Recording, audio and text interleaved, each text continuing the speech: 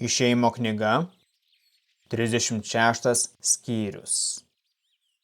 Tai ėmėsi darbo Becalelis, Oholijabas ir kiti sumanūs vyrai, kuriems Viešpats davė išminties ir supratimo, kaip padaryti įvairius reikmenis šventyklai pagal visus Viešpaties nurodymus. Mozė pasišaukė Becalelį, Oholijabą ir visus sumanius vyrus, kurie savo norų sutiko dirbti prie šventyklos darbų. Mozė atidavė jiems visas aukas, kurias Izraelio vaikai atnešė šventyklos darbams. Tauta kas rytą vis dar nešė laisvos valios aukas. Visi sumanūs vyrai, kurie darė šventyklos darbus, atėjo nuo savų darbų ir kalbėjo Mozei: tauta aukoja daugiau negu reikia, kad įvykdytume šį Viešpaties įsakytą darbą. Tada Mozė liepė paskelbti, kad nei vyras, nei moteris nieko daugiau nebeaukotų šventyklos statybai. Tada žmonės nustojo aukoti, nes visko, kas buvo sunešta, užteko visiems darbams padaryti ir dar liko.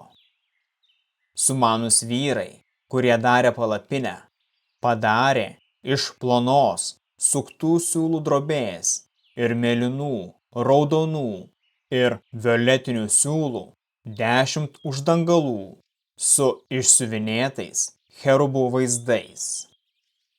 Kiekvienas jų buvo 28 uolekčių ilgio ir 4 uolekčių pločio. Visi uždangalai buvo vienodo dydžio. Jie sujungė 5 uždangalus vieną su kitu ir likusius 5 sujungė vieną su kitu. Be to, padarė mėlynas kilpas vienam ir antram uždangalui, po 50 kilpų, kad kilpos būtų viena prieš kitą ir uždangalai galėtų būti sukabinti. Nulėjo taip pat 50 auksinių kabių, kuriomis sukabino abu uždangalus taip, kad pasidarė viena palapinė. Padarė ir 11 uždangalų iš ožkų vilnos, palapinės viršui apdengti. Kiekvienas uždangalas buvo 30 uolekčių ilgio ir 4 uolekčių pločio. Visi 11 uždangalų buvo vienodo dydžio. 5 jų sujungė į vieną, kitus 6 taip pat sujungė. Padarė 50 kilpų vieno sujungto uždangalo šone ir 50 kito šone, kad abu būtų galima sukabinti. Taip pat padarė ir 50 varinių kabių, kuriomis būtų sukabinti abu sujungti uždangalai, kad susidarytų vienas uždangalas. Dar padarė palapinės uždangalą iš raudonai dažytų avinų kailių ir uždangalą iš opšrų kailių.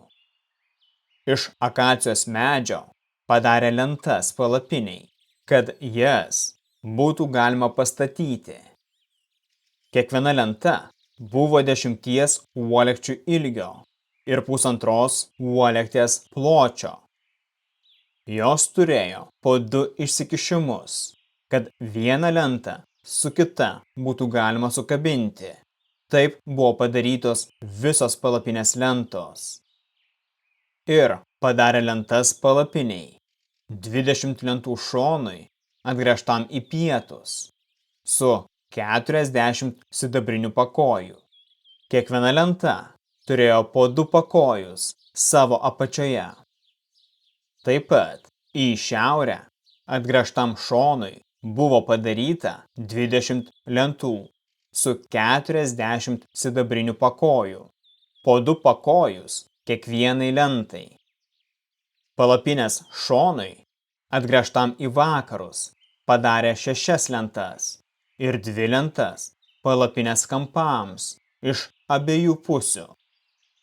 Jos buvo sujungtos apačioje ir viršuje ir sudarė vieną sunėrimą.